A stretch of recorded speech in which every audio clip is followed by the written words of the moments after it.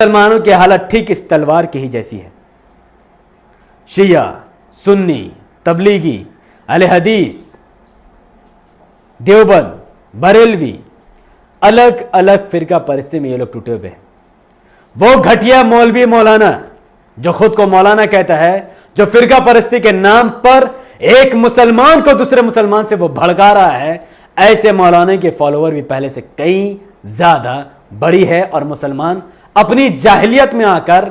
उस मस्जिद के मेंबर पर खड़े होकर उस मौलाना का सपोर्ट कर रहा है, जिस मौलाना को उस मेंबर पर से खड़े होकर उसे नबी सल्लल्लाहु अलैहि वसल्लम की हदीस बतानी चाहिए, लेकिन वो लगातार देवबंदी को बरेलवी से, बरेलवी को देवबंदी से, देवबंदी को अहले हदीस से, अहले हदीस को शिया से, शिया को सुन्नी से, सुन्नी से अहले तशय्युई से लगातार लोगों को एक दूसरे से लड़ा रहा है। फिरका परस्ती की बुनियाद पर यह उम्मत लगातार कमजोर हो रही है।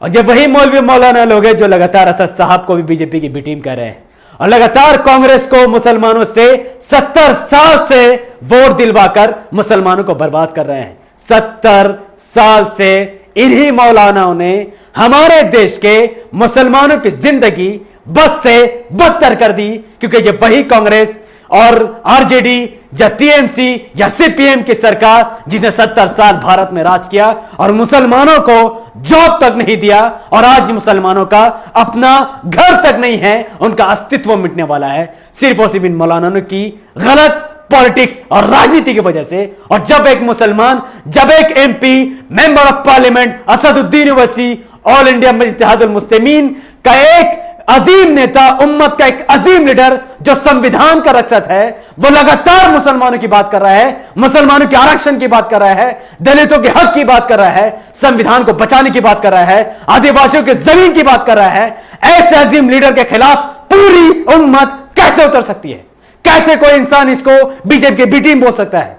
कैसे उस व्यक्ति के खिलाफ गद्दारी का प्रोपेगेंडा चलाया जा सकता है जो असदुद्दीन ओवैसी हर बार जब किसी मुस्लिम दलित आदिवासी के खिलाफ कोई भी घटना होती है तो ये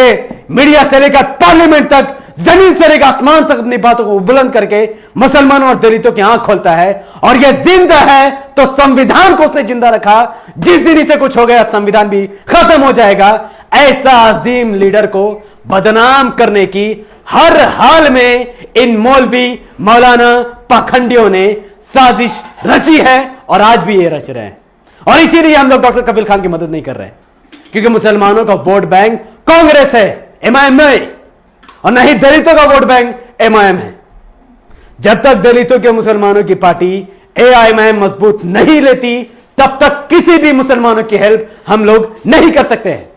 क्योंकि सत्ता की ताकत हम लोग के हाथों में नहीं है। सफुरा जारगर 6 महीने तक जेल में पड़ी रही, किसी ने कोई उसकी मदद नहीं कर पाया।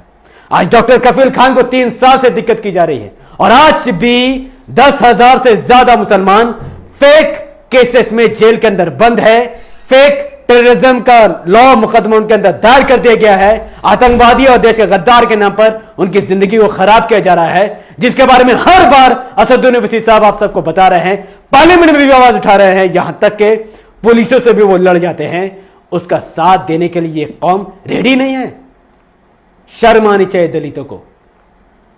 कि जब मुसलमानों का हर मुद्दा, दलितों का हर मुद्दा, आदिवासियों का हर मुद्दा असदुद्दीन ओवैसी साहब उठा रहे हैं, उनके हक की बात कर रहे हैं, आरक्षण की बात कर रहे हैं, बाबा साहब अम्बेडकर के संविधान की बात कर रहे हैं। जब भी आदिवासी को जमीन छीनाता है उसके हक और इंसाफ के लिए बात कर रहे हैं। रोहित मेहुना पर अगर असदुद्दीन ओवैसी साहब बोले, एक दलित के लिए असदुद्दीन ओवैसी साहब बोले, या चाहे मोहम्मद अखलाक के लिंचिंग पर, पहलू खान के लिंचिंग पर, हाफिज जुनैद, या फिर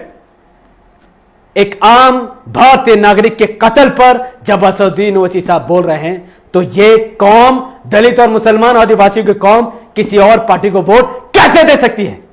ये नमक हरामी नहीं तो और क्या है। एक तरफ